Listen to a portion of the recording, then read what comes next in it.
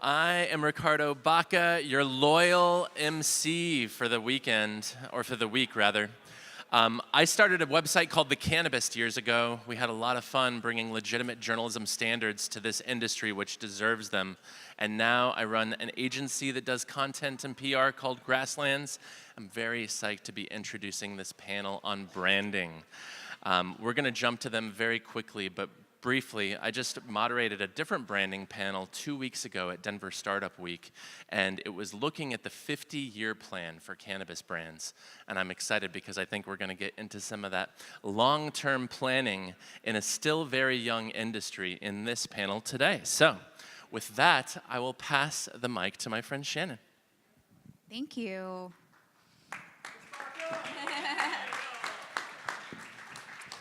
Well, good afternoon, everybody, and welcome to our panel.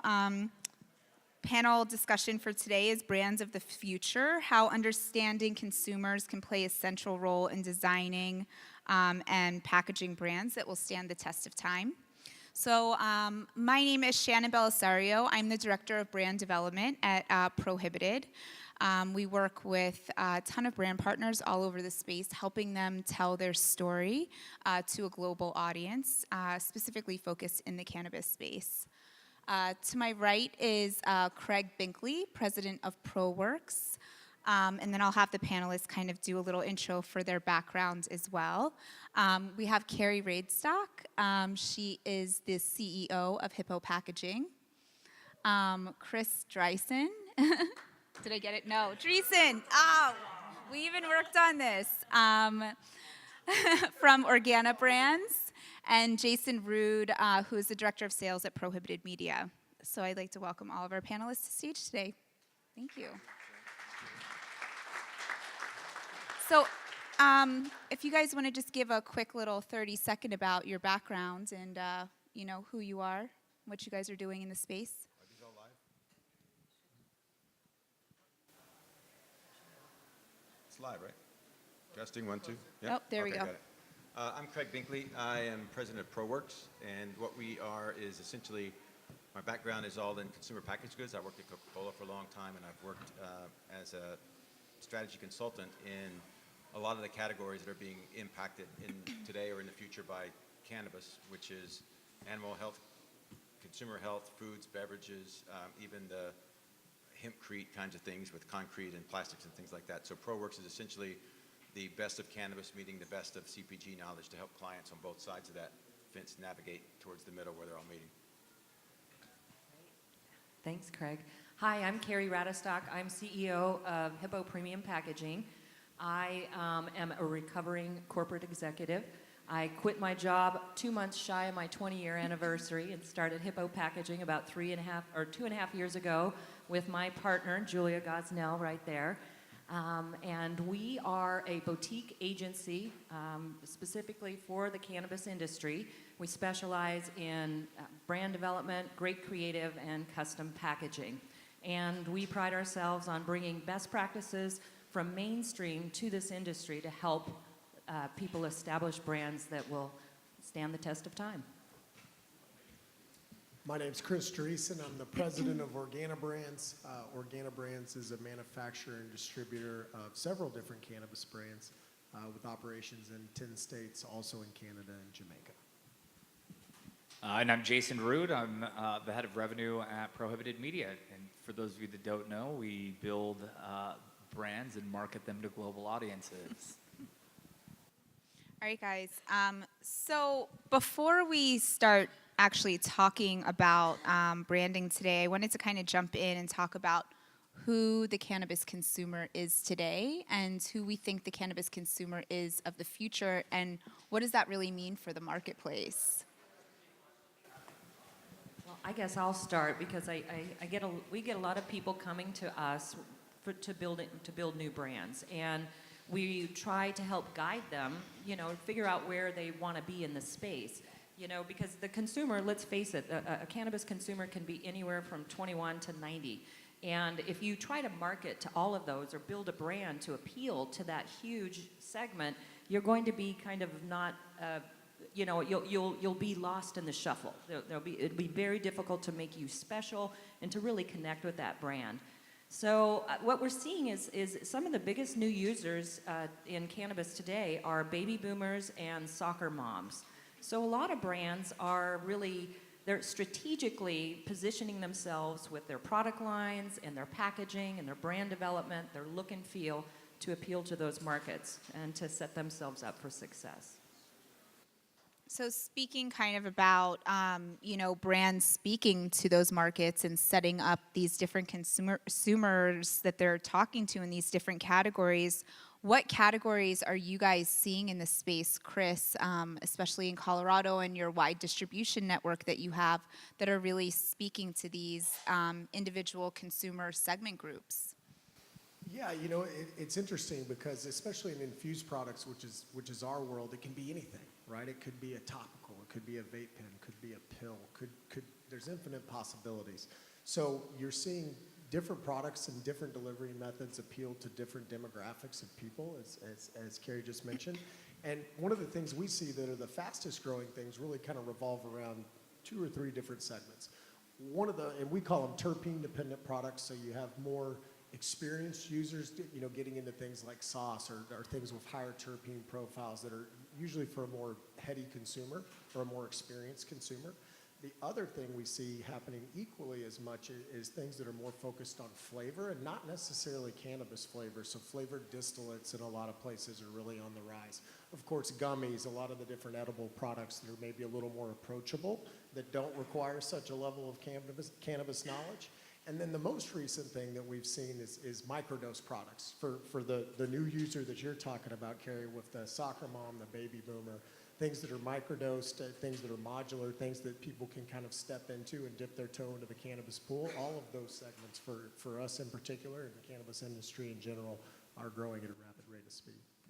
Yeah, the marketplace is really growing as far as like the diverse amount of products that are out in the market. Craig, coming from the mainstream CPG world, how do you see this maybe sitting in the marketplace where it currently is and then maybe going beyond and mainstream to the future of the market? Yeah, I think that there's so many analogies that we have from the mainstream markets in terms of consumer packaged goods with different consumer bases. I mean, you can't have your brand as sort of just one thing and appeal to all these different groups.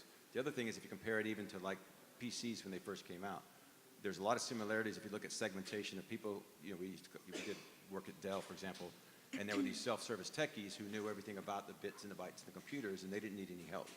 And that's similar to people that have been in cannabis for a while. They don't need the same kind of help.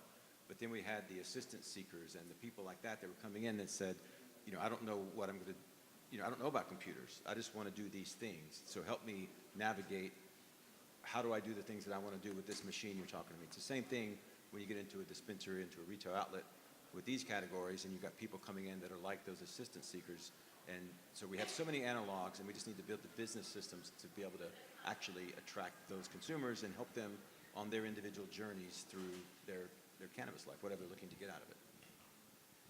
I think one of the unique opportunities we have collectively is to educate a marketplace, right? So I don't think any one of us, when Starbucks first opened in our neighborhood, could walk in and order a venti latte. We just couldn't.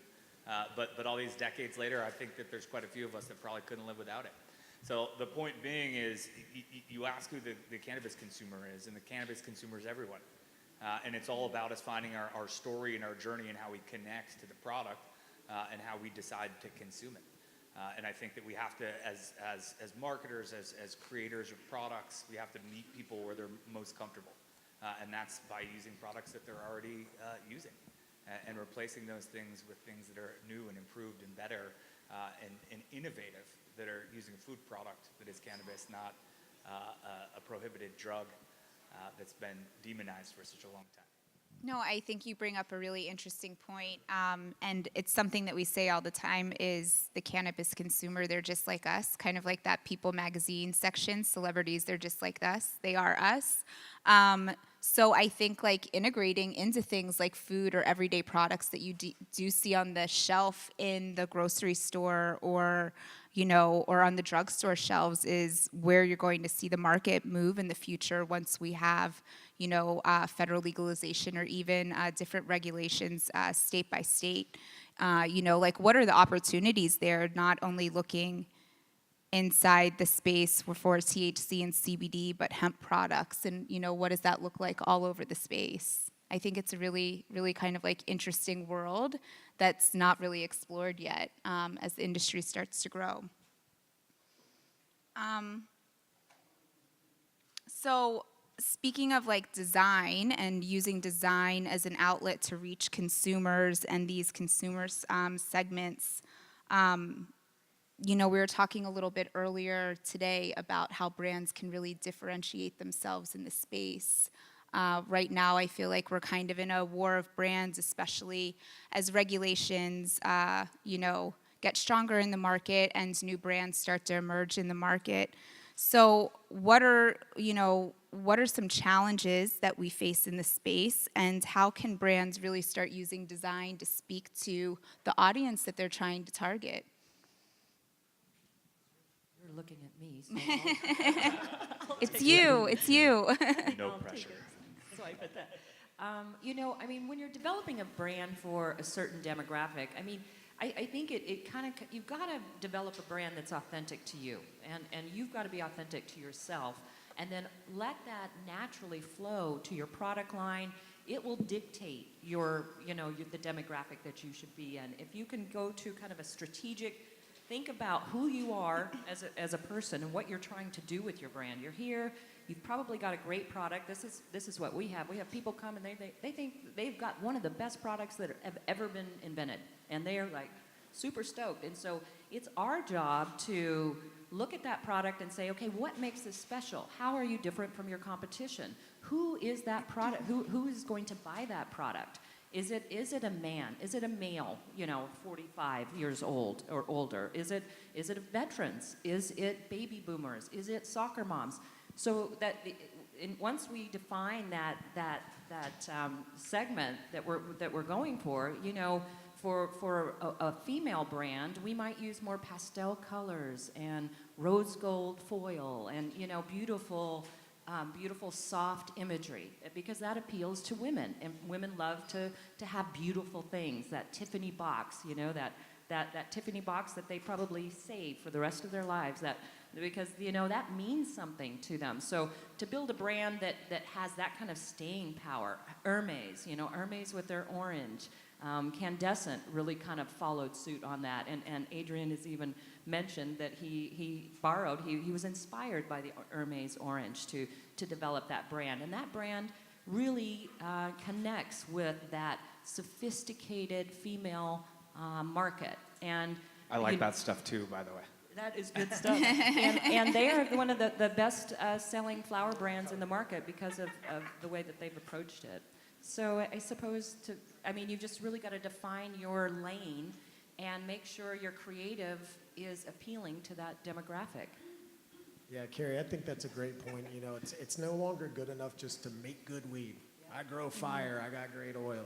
Great, you and everybody else. If you don't have a good product, you're probably not going to be around long. So one of the things I would encourage people is to spend some time on that. Spend some energy, spend some money on really understanding who is the demographic that you're targeting your brand to. And then the other thing I think a lot of people don't really factor in, everybody has aspirations to grow their brand nationally, internationally, what have you. That's really difficult in cannabis due to the hodgepodge of regulations, labeling requirements. Gosh, even in Nevada, 2 of our 5 brands, we can't even say the actual name of the brand because it's considered slang to a Nevada regulator. So I think when you think about how am I going to grow a brand, who is it going to be pitched towards, who am I targeting, and then more importantly, what is that plan for growth? How do you overcome that hodgepodge of regulations? And we talked about it earlier. The holy grail for all of us as a brand is to meet a consumer's expectation, to deliver on that brand promise that we were talking about. And that's very difficult to do with a natural product that's inherently variable in and of itself. Now multiply that across 10 states with 10 different rules and 10 different, frankly, qualities of raw material. And it becomes tough to have that repeatability and experience, but you've got to be able to overcome those hurdles if you hope to bring awareness to a much wider group of people. Well, Chris, since you guys are distributed in so many states and in so many places, and you bring up an interesting point about not even being able to use a certain brand name in some of those markets, what about, cannabis is almost like a little bit of a micro regional product because you have brands that are doing really well in specific states. You might move to another market and they've never heard of you. So how has that affected some of the brands as you guys expand? Yeah, it's a great question, right? Think about this. Canada on Wednesday goes rec. So big up to our friends up north. October 17th, Canada rec goes live. So you're right. And basically Canada, when we look at it, is essentially another California. The populations are the same. It's like it's enormous, obviously. And so it's a whole new opportunity. It's Slightly colder. Yeah, a little colder, But you're right. How do you get in there and get that first mover advantage? And for us, I almost think that the more and more brands that come into the market, especially kind of Me Too brands that, hey, I've got another vape pen or something that doesn't have a differentiator. I think you said that, Craig. What differentiates you? And certainly part of that's product, but a lot of that is how is it branded, how is it messaged? And so that opportunity that comes up, i.e. in Canada, unfortunately you can't make any infused products above 3% potency in Canada, at least until next year. But we'll be ready when that day comes. But it is all about how do you overcome those things? How do you go and basically ingratiate a new group of people and continue to grow that critical mass? And a lot of that, again, comes from have you delivered on that brand promise somewhere else? Has somebody either posted about it? Has somebody talked about it? Have you gotten that word of mouth? Did I see some viral content on social that allows me to identify and say, hey, I'd check that out? And then do you meet that expectation when inevitably the day comes that it does get checked out? And largely that's going to dictate whether you get a second chance at it or not. And if you fail the first time around, you're probably not going to get another chance at it.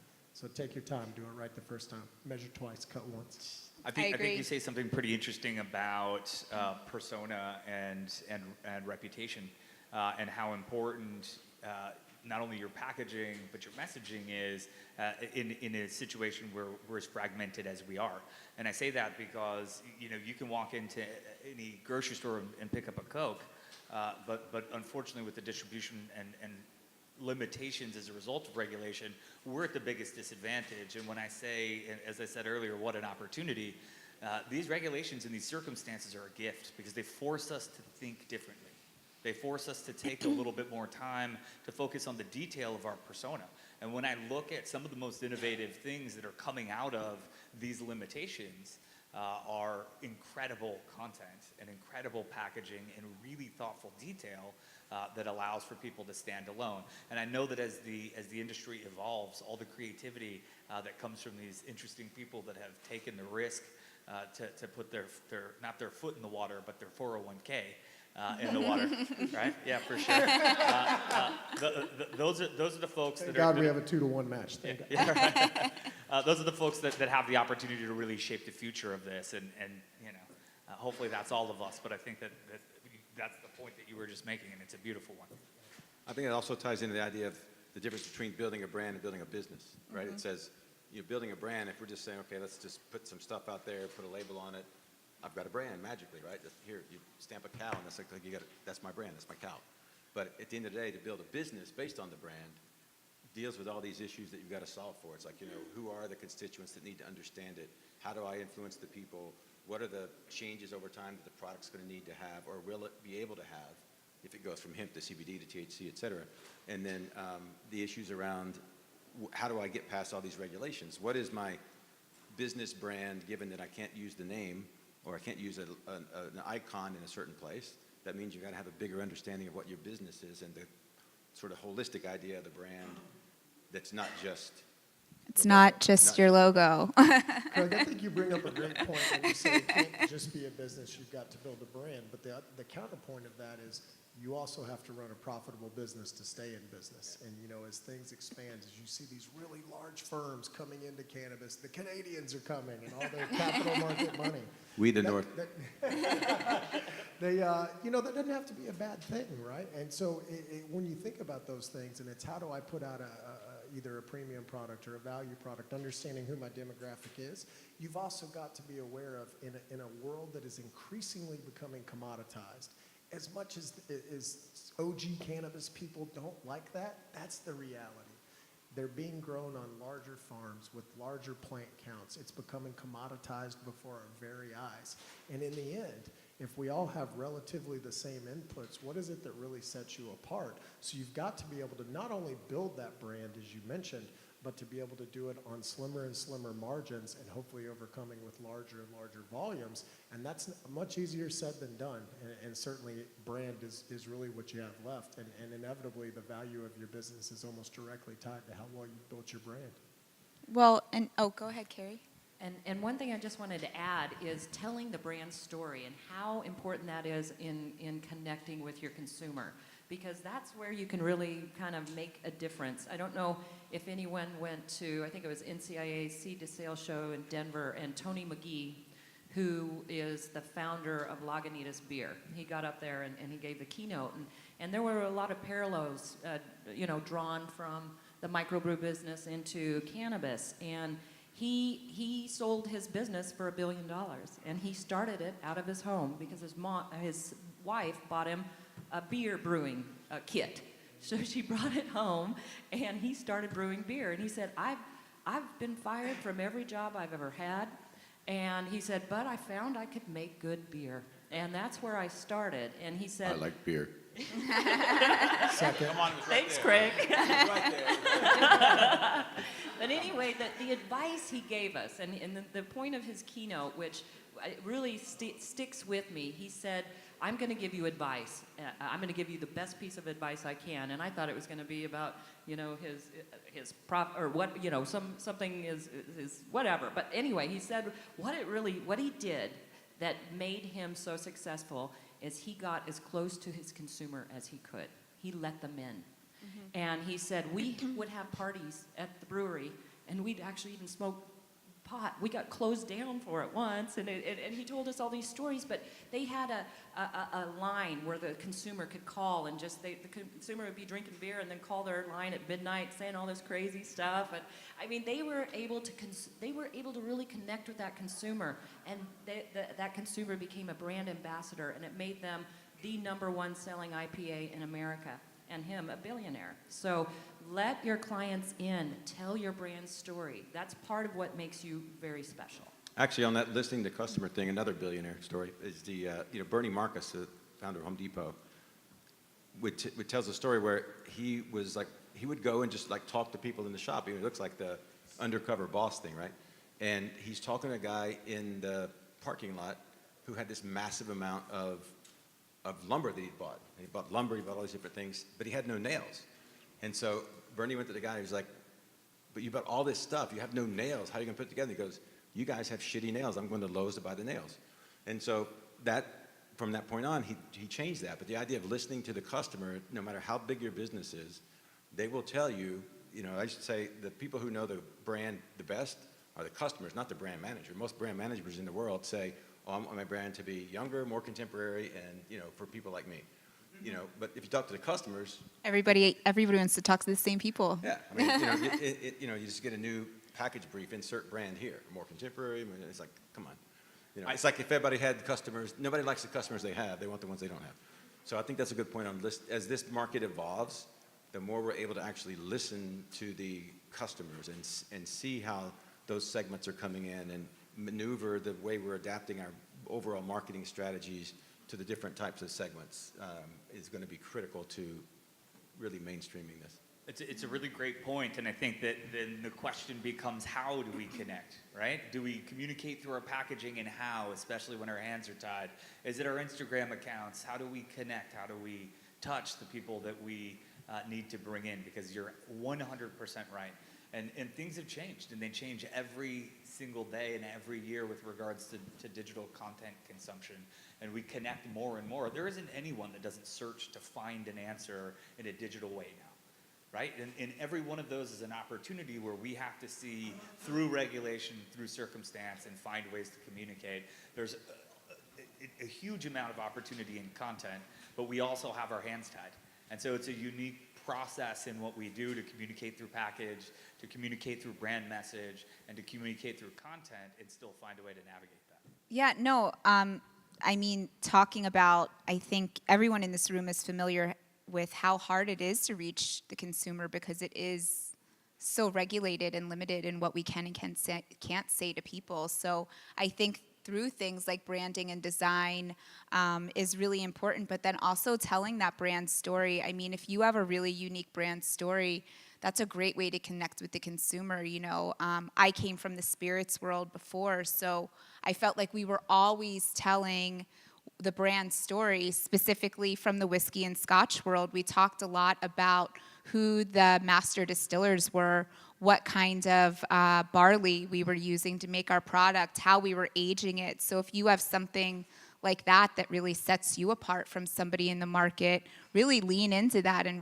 use that. You know, is it a growing technique that you're using? You know, is it something else that really like sets you apart? But you know, moving into kind of the retail and marketing space as far as merchandising, as the market starts to grow, I feel like that's really one of the first discovery touch points where the consumers are discovering brands. So, you know, like how can we create brand loyalty at that touch point? And like, what are some of those touch points in the market for creating that first impression?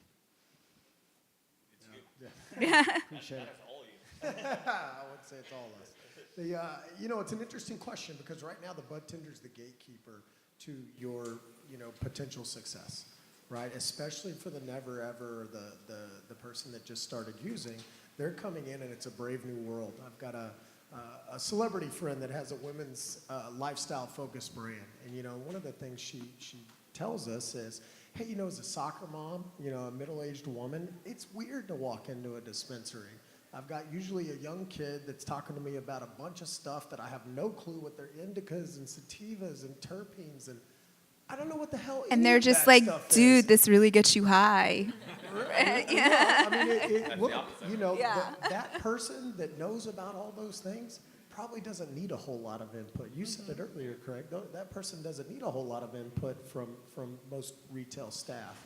And so it's how do we educate that person? How do you make it approachable? How do you make it, hey, simplify it for people? If your target market or your demographic is soccer mom, how do you simplify things? How do you tell her, hey, it's going to make you feel this way. Here's what it does. And then how do you make sure she has a good experience? And you're seeing, of course, a whole host of female-targeted products that are either very low dose, that have some of the packaging that you guys were talking about. But a lot of it now you see come out, you know, talks about feeling. You know, how's it going to make you feel, and then how does it simplify itself, and how can the person connect with that? You know, the role that bud tender is an interesting thing because there's other analogs. There's a famous segmentation piece of work that Best Buy did, and now you see it in the telco stores, where there's sort of like these 3 or 4 questions they would ask somebody when they came in to try to say, okay, what are you looking for? How are you using this, you know, mobile device, whatever it's going to be? And that exact model is what needs to be happening in this business. So you walk in and you say, you know, how do we get 3 or 4 questions that basically put people in one of 3 branches? And you can almost see a world where when they go down this branch, they get the bud tender, the person who's actually the qualified person. They'll talk about strains and all this stuff, and they have a conversation that, dude, they can really have, right? And then you got another one that says, when they get triaged into a certain left-hand side, that maybe that side of the store looks different, or maybe the content that they get's different, or the person that's talking to them is not called a bud tender because what's that got to do with I'm trying to sleep? I mean, what bud what? I mean, I'm having a chocolate to sleep. Where's the bud in that, right?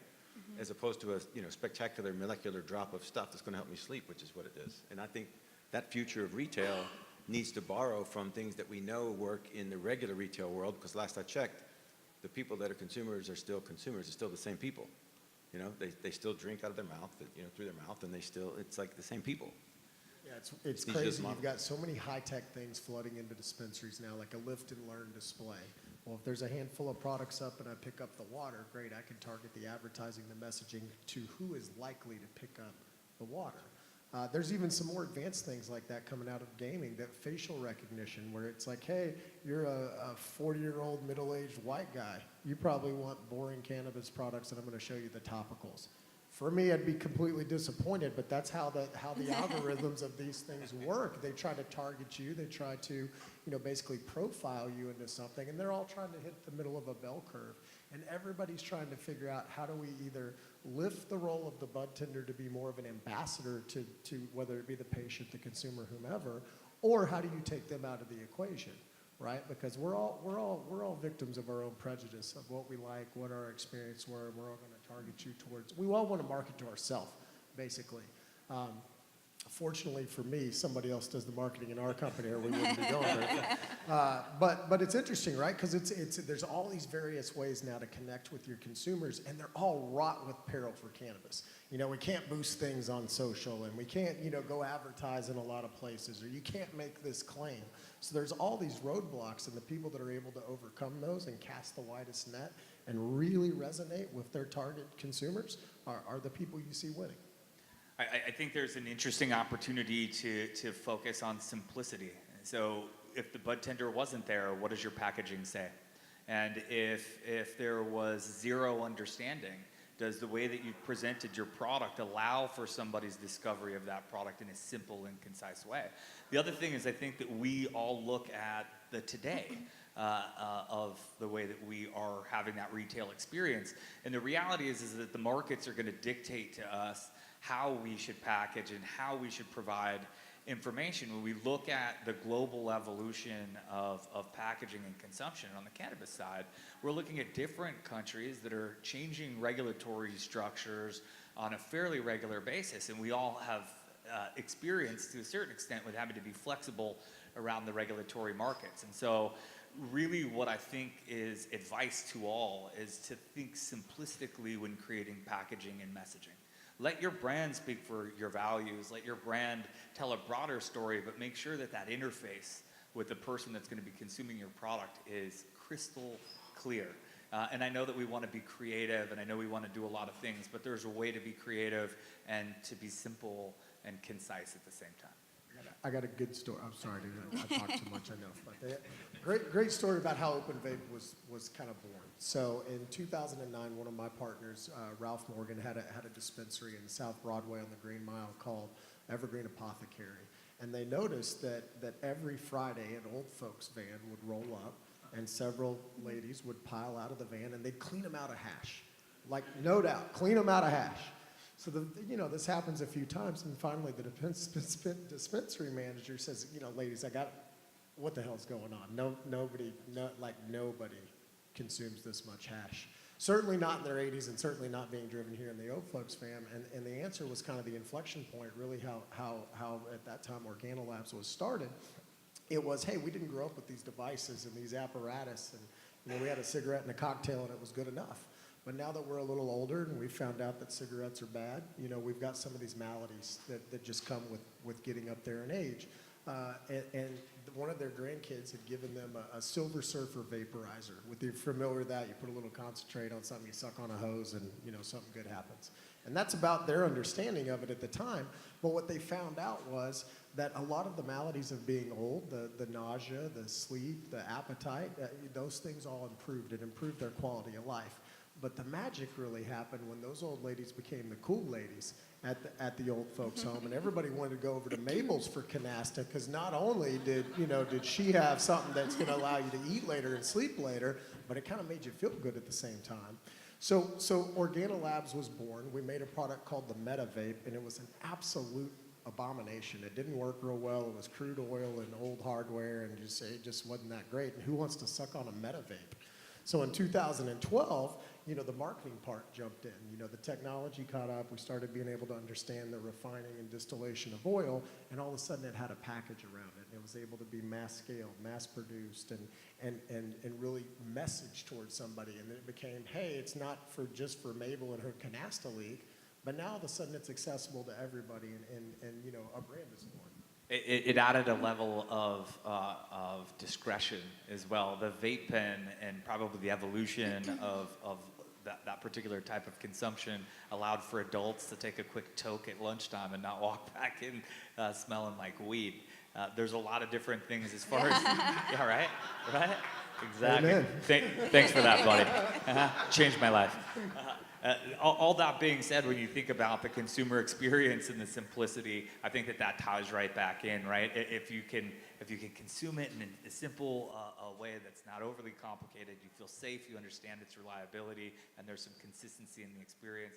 That's the message. That's what needs to be resounded. Well, and I think about just having products that fit your lifestyle, whether it's a vape pen or whatever it might be from like a branding standpoint as well. I mean, everybody here has like a certain lifestyle and a certain design aesthetic, whether that's the way you're decorating your house or whatever. You want to have a product that you feel good about carrying around or having next to your TV, and it doesn't look so like shady, you know? I mean, I think it's kind of like bygone are the days, and, you know, not dissing like bongs or anything. There's some really great pieces that are out on the market, but, you know, as an older adult, you know, you're probably not having like a gigantic, crazy water bong. Maybe you are, maybe you're not, maybe that's your lifestyle, you know?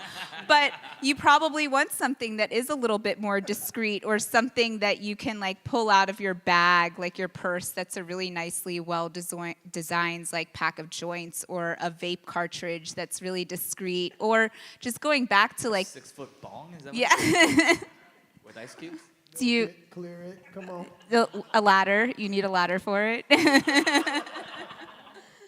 But like also going back to like, you know, being like the cool kid on the block, like Mabel and all of her friends, you know, it's nice to kind of have a device sometimes that's new and innovative, that when you pull it out of your pocket, somebody's like, oh, what's that? You know, and you get a little showpiece. My Eel River sea cell palm that I had? Yeah, those get a lot of compliments. Go Eel River. No, but that, I mean, seriously though, that little C-cell palm, anytime I have that, people are like, whoa, what is that? That's so cool. That's a vape pen? What is that? Yeah, exactly. Aesthetic. Yeah, so the Isn't it funny, aesthetics. like the evolution of cannabis, like right now, like, you know, for most people, especially really kind of, let's call them serious cannabis user, it's like, oh, vape pen. Oh, who let mom in? You know, Yeah. hey, me too. It happens, but I think it speaks to just the innovation and really the evolution of the industry. That okay, so great, vape cartridges are this certain demographic, and certain thing you brought up, discretion. You know, I've got my wife telling me, hey, you dab too much, so I sneak in the back on the deck, and she doesn't know any better. Yeah. So you know, it's And then there's that. and it makes me feel young again. Or, I mean, just the She didn't know before this panel. like She knew. the genius behind sublingual strips and stuff like that, where Love kin slips. they're so great. You can just put them in your wallet, have a little stash in there. They're easy to, they're portable, you know, a reliable That ties dosage. back to the whole idea Jason was talking about making it easy. And again, we know all these things from other categories. We've seen how they evolved to become easier. I mean, whether it's, you know, gel caps and capsules and things like that. I mean, nobody goes out and carves a willow tree, you know, rolls it up and smokes it. I mean, it's like we take an aspirin. It's like we know how to do that. And I think when you talk about the form factors changing for new people coming in, it's pretty intimidating to say, wait a minute, you know, am I going to like burn my hair with a butane lighter? It's like you don't want to get into that conversation. It's like if you can do it, you know, by having a piece of chocolate that actually has a benefit, whether that's pain or anxiety or sleep or whatever, versus this idea that there's a whole mechanism that comes from, you know, a leaf. I talk about all the time. I first walked down an aisle at one of the shows, and it said edible packaging, and I said, oh, is that like a Tide Pod where kids can eat it? They said, no, it's like Tide Pod. It's like packaging for edibles. And I was like, what's an edible? You know, and I knew, but I just asked. And it's like a brownie. And I said, well, what's an inedible brownie? There's no such thing. I mean, brownies were made with vegetable oil, then they're made with corn oil, then they're made with canola oil, all adding new benefit to you. And now I'm just make one with CBD, or it's going to help you sleep. What's so hard about understanding that? Right? I don't have to think about the vision of a high school, you know, marijuana brownie where, you know, it's going to stick to your tongue. This is a whole different model of being an ingredient in a product that people already consume today. And the easier it gets for them, it's less intimidating. We've seen that in all these other categories. You know, Or the now. more And familiar. that's the point. I mean, when you're building your brand, you've got to think like the senior market. They're used to taking pills. So gel caps might be a really, you know, easy way to attract that market. But maybe younger people really like the vape pen because they can take it on the go. So your target market can really help you to define your product line, and you really want to define something that's comfortable for them, because that's the whole point. Making your product accessible to that consumer, making sure your packaging is attractive to them, and you've got to realize that packaging, that is the physical kind of the physical expression of your brand. It's probably the only time a consumer is going to touch anything other than your product. So it has to be impactful. I like the idea of it being simple. Some people want to do wax seals and all this, and I'm like, hey, this is not going to scale well, and this is going to be a mess. But yeah, I know you want to be special, but it's important to be special and promote your brand, promote yourself, but also be, watch that bottom line. And you can do a lot with decorations and different things like that. But attracting that and building that product line to attract that consumer, and as well as your packaging, I think is a smart way. I think there's a cool experiment happening right now, and it's happening in front of all of our eyes. So you're seeing these huge beverage companies, the Constellations, the Glacier Diageos, et cetera, all flood into cannabis. That's happening, one, because we're taking money out of their pocket as a cannabis industry. The alcohol industry is feeling that pressure. But the thing that I think is going to be interesting is watching these companies go from being beverage companies to try to be a vice company. And they understand, they look at the analytics just like everybody else and understand that beverages literally are a fingernail of the cannabis market. But they have the capital, they've got the infrastructure, they've got the expertise in consumer packaged goods, they've got these things. So what I think is going to be really interesting to watch is to see how these companies, are they going to force a square peg in a round hole? Certainly they're going to develop beverages, that's what their expertise is. Or are they going to evolve and say, okay, how do I leverage all of this great infrastructure and all of this power behind the company to leverage that into other products? So I think what will be really interesting to watch is whether all these other beverages are going to come into the market, or whether the capital behind those beverage companies pivots and then puts itself into other innovative products. Well, I would say Diageo is already a vice company. Shannon came from Diageo. It's an interesting point that you make. There's a couple of different takes, I guess, with the alcohol companies and many of the others coming into the marketplace. Brian and I were, one of my coworkers and I were in Oregon, and I had a mid-sized farmer say, you guys are the man. You're the reason why this is happening. And I sat down with this person and I had a fairly long conversation about, the flower is getting commoditized. There's going to be, a regulating of pricing. The only way to sustain yourself is really through the concept of a consumer packaged good or a consumable. Mm-hmm. We talk about stabilizing with messaging. We talk about all these things, but having a Constellation Brands or a mega company come into the space actually does us all a big favor. And that big favor is that they will bear the expense to teach the market how to consume. And we can walk beside them with our products and ultimately utilize that momentum and that wave to benefit us all. And so I think that there's an interesting sort of mindset when we think about these large companies coming in. I don't see it as a bad thing at all. It helps us from a lobby perspective, it helps us from a regulatory perspective, and it teaches our market how to consume our products without us having to pony up for it. Well, no, I was just going to say, also thinking about how the consumer maybe wants to consume products coming from the alcohol world, and as cannabis starts to steal little shares away from spirits and beverage, what is the next repeatable and tobacco, right? But what is the next? Yeah, but what's the next repeatable sociable experience that we can create if we're talking about an adult use market? Not more of the medicinal market. People are going to want to go to a bar, but you're probably not smoking joints at a bar. So is it THC or CBD low dose cocktails? That's like a hub for socialization, for people. So how do you look, I feel like as brands, how do you look at the consumer to tell them what to dictate to you for products to create? I think that's an interesting way to look at the market. I think it'll be really fascinating too. So Canada's been medical. We've been talking about Canada. They go rec on Wednesday. watching them all make the transition from these hyper-medical brands into now that we're an adult use, experiential or lifestyle brand. And it's interesting, right? Because they're mostly well capitalized. A lot of them have, huge backing from mainstream industries, and watching how they navigate those channels, for me, having a front row seat at that, has been really fascinating. You see this on the East Coast as well, hyper medical, and then all of a sudden they pass a bill, and in Massachusetts, for example, goes rec. And how do you become, hey, I'm I'm your medical benefit guy, hyper medical. We had another little tale.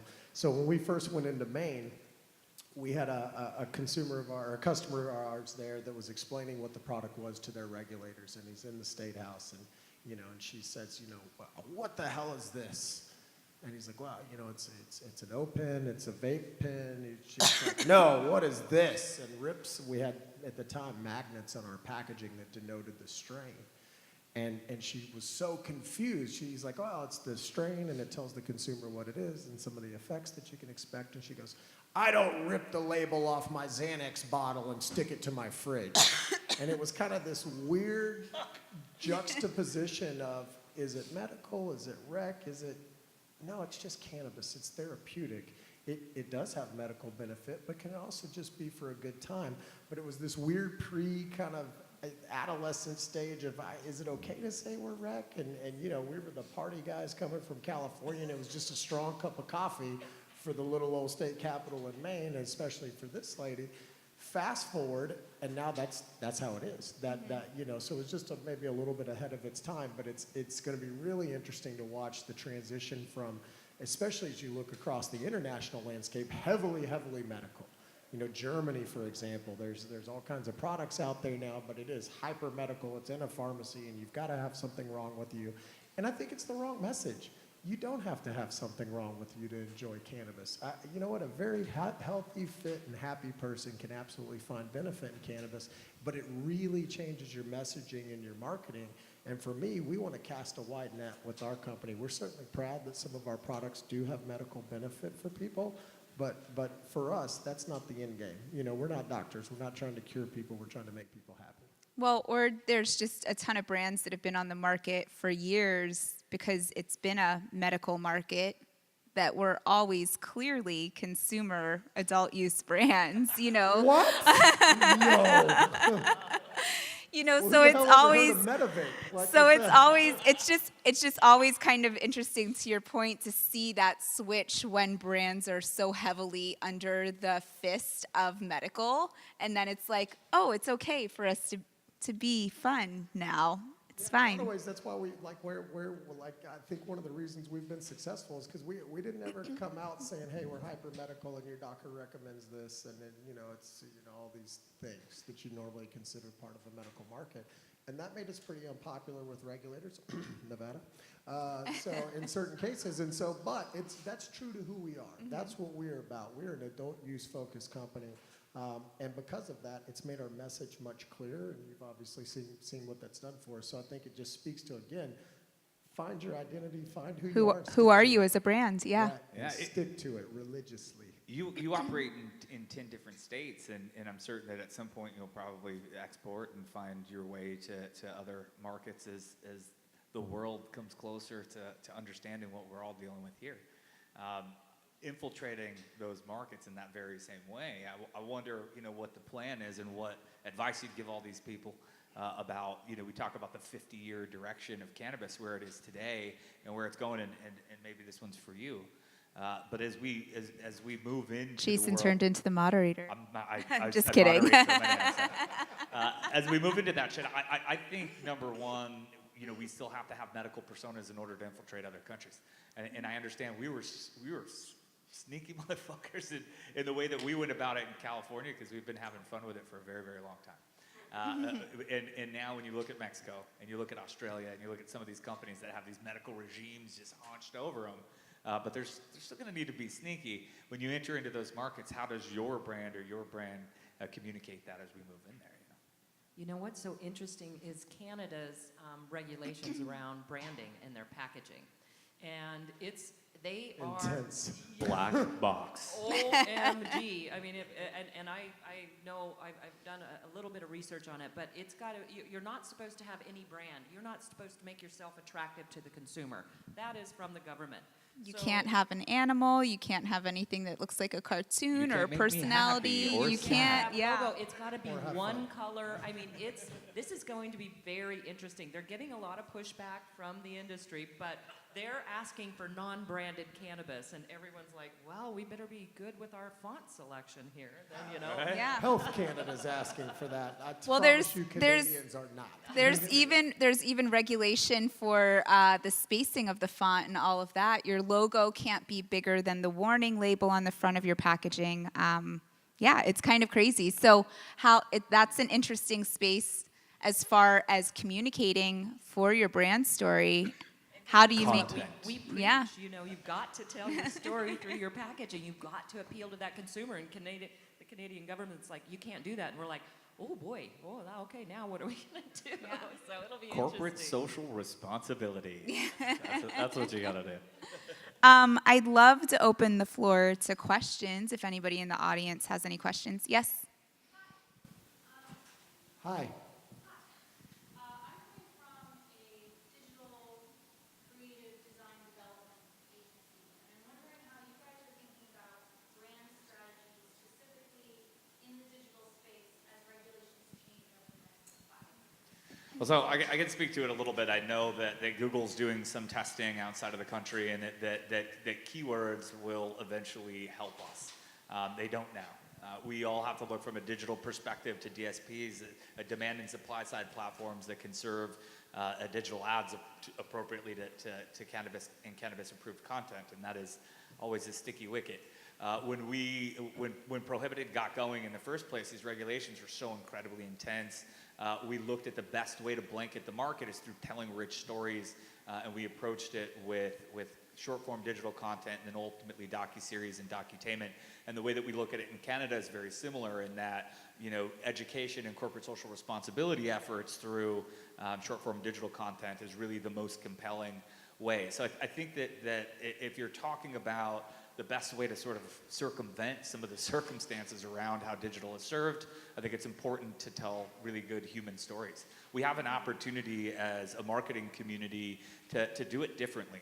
To do it differently than the mainstream. And when I say what an opportunity, that really is incredible for all of us. We can craft the way that marketing exists. And so by corporate social responsibility and telling incredible human stories, that's a way to move mountains from a marketing perspective and still do a lot of good. And I hope that answers your question. I don't know if it did. Well, and also just like taking your expertise from your background and whatever you've done in your, previous, world, and thinking about how you can relate that to the industry, but kind of removing it one step, So a lot of things that we used to do in alcohol and beverage, because we had a lot of similar restrictions to cannabis, is how do we talk about ourselves, but not directly talk about ourselves. One of the brands that I worked with was Balvenie Scotch.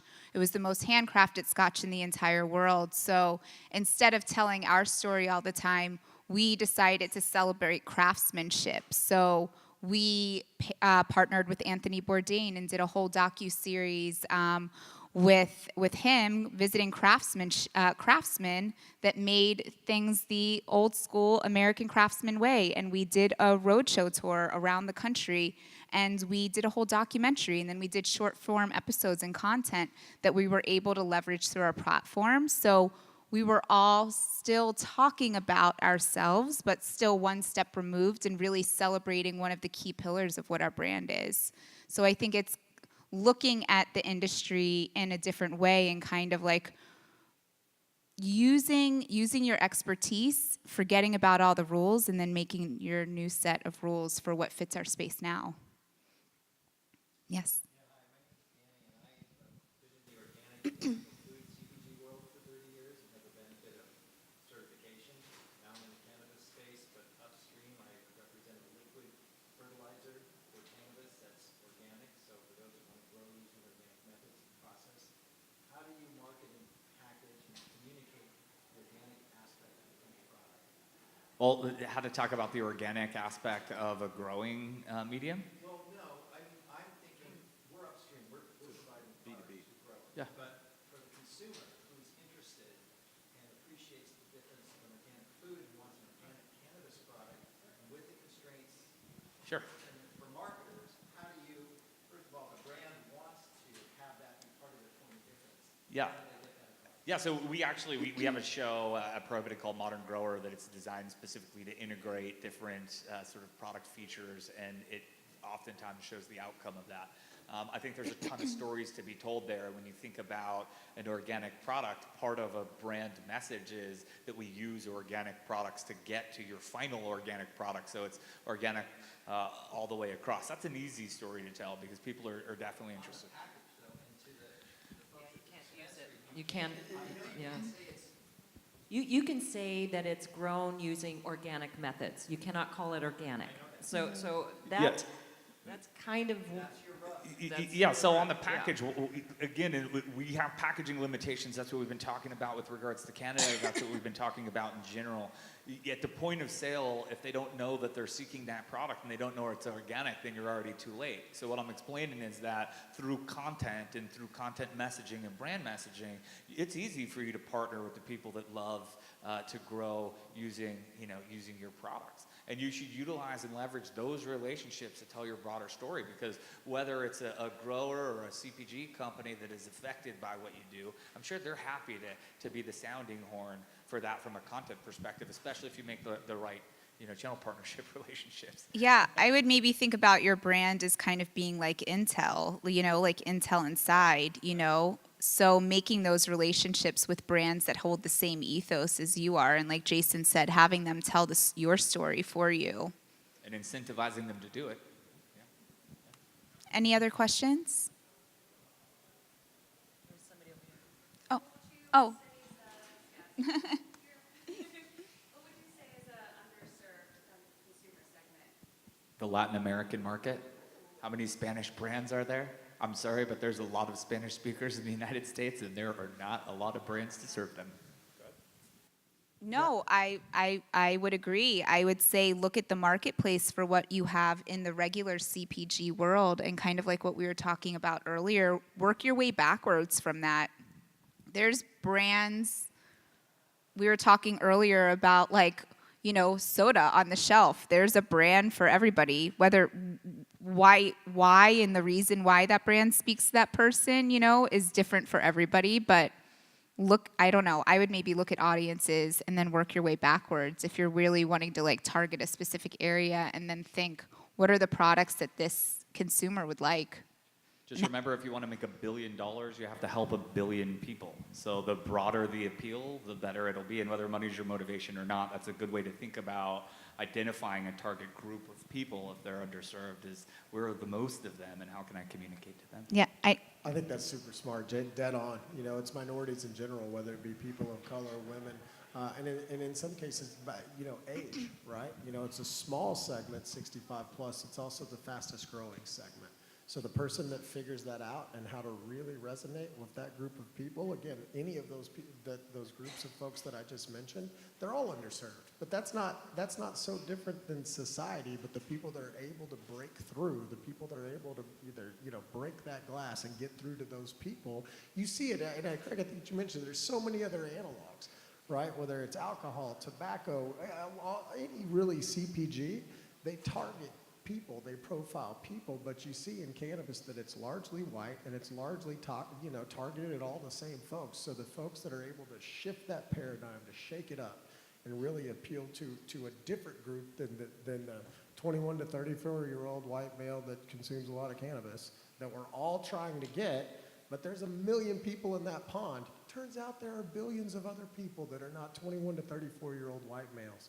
And the people that I think you're right, that if they can figure that out, there's gold at the end of the rainbow for those brands. People No, I love was just cannabis. Yeah, I was That's just real. going to say, us. remember, we're all, obviously we're probably all the cannabis consumer in this room, but look at the world as being the cannabis consumer, and who is out there. It's everybody. Cannabis consumer is just the consumer. It's just, they're people just like us. Just like us. Yeah, no, Unless there's another question, we're about, yes. Impending regulations and what that means for packaging and childhood packaging, what we can expect as brands right now. This moving target that we're always chasing. And how do we prepare ourselves for whatever the regulations throw at us? What do you guys see for the final regs coming out probably any day now? So we do this in all kinds of places, right? And it is a mess. It is really difficult. What's the certification for childproof packaging? As a company, we have literally probably thrown away over $1 million in packaging in 9 years because something shifts, something changes. We used to want to have this beautiful soft touch packaging and state specific, and our national sales manager sitting in the audience literally is the bane of her existence because it is constantly changing. It is very, very fluid. And then the other thing you take into account with that is what is the cost when you have to throw away that roll off of packaging? So for us, the way that's been overcome is giving our individual labs the ability to do dynamic printing on demand, and do it in low-cost packaging that's still visually appealing, but is able to be pivoted. So you don't have to throw away roll-off after roll-off of packaging, because it is a punch in the gut. And the reality is, it's going to change. Until we have federal regulation, until we can wisen up and do what many other countries have done, we're doomed to have this same thing. Perfect example of this. Washington, Oregon, Nevada, California, and Colorado all have a different symbol to tell you there's weed in there. Great, a red hand, a red leaf, an upside down triangle, a THC sign.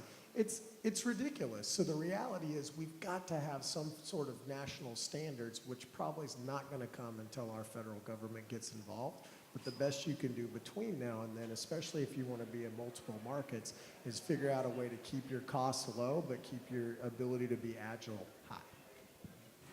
That's good. And to be more specific about California, yes, we're expecting the BCC and that group to come back to us with their proposed permanent regulations after that public comment period any day now, probably within the next week.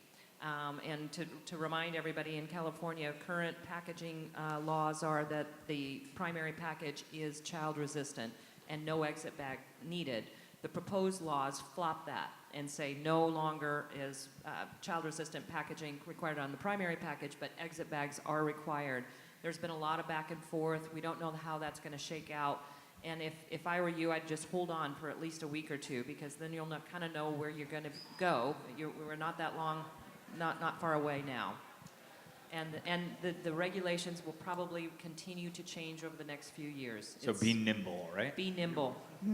Be quick.